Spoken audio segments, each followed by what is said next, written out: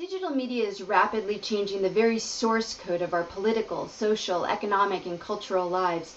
And while the internet is a vast web of words and images and sounds created by millions of people around the world, emerging data shows that the diversity that the internet was originally intended to create has given way to a digital divide.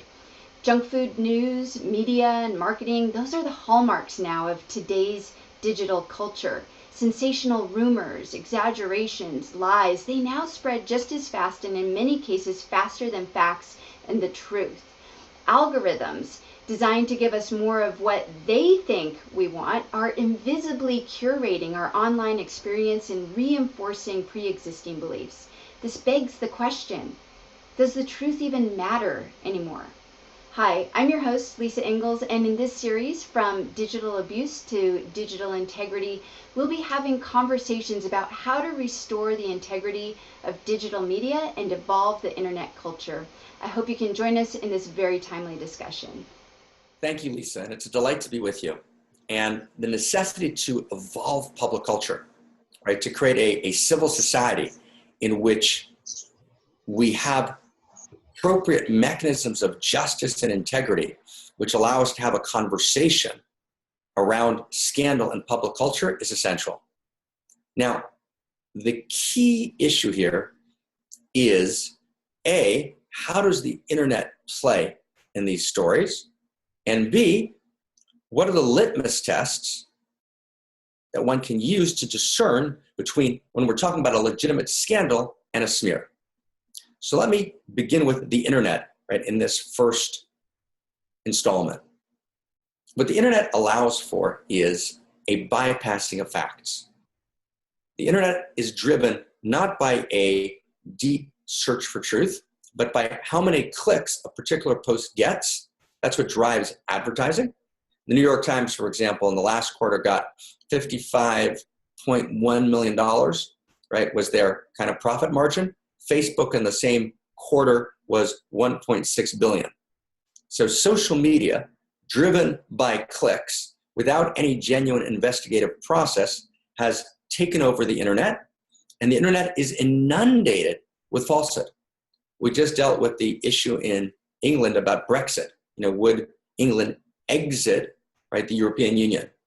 And England made a decision to actually exit based on a campaign waged by the people who said it. They were very overt about it.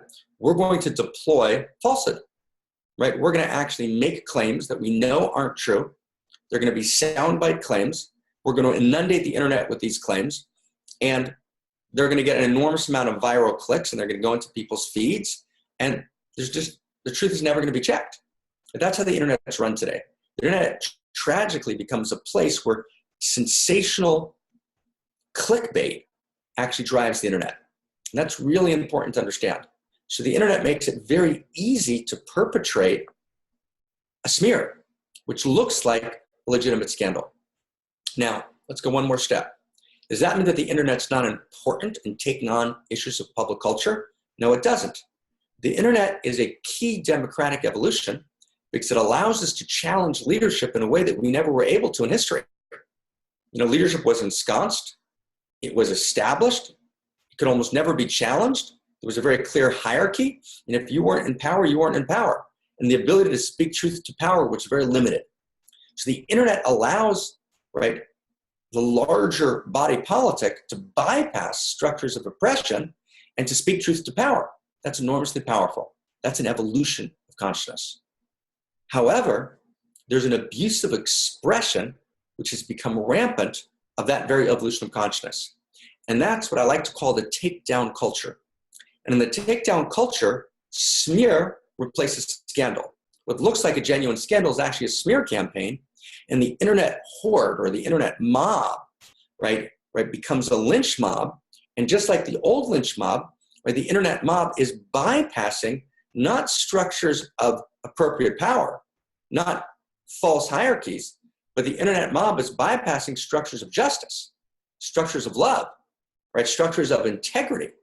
Right? The entire American way is built on, right, a presumption of innocence. The American way is built on how we gather information, Blackstone said, better 10 men go free than one innocent man, right, be falsely accused. And Jefferson said, better 100 men go free. The entire structure of our culture is built on how we gather information. We fought wars and died by the millions, right, to establish the integrity of the rights of an individual and the presumption of their goodness and innocence. Now, in this public culture attack, we bypass facts. We launch a smear campaign. There's not fact-checking. There's not cross-checking of evidence. There's not investigation of both sides. None of that happens. Rather, the internet horde, right, throws truth out. It becomes sensationalized. That truth is a lie. It's clicked all over the place. It's never checked. And then by virtue of repetition, the calculus of repeating an untruth again and again, the untruth begins to be taken as a truth. That's a tragedy. And we need to challenge, right, that tragedy, because it's actually destroying our public culture and turning it into a takedown culture, which destroys the leadership that we all know we critically need.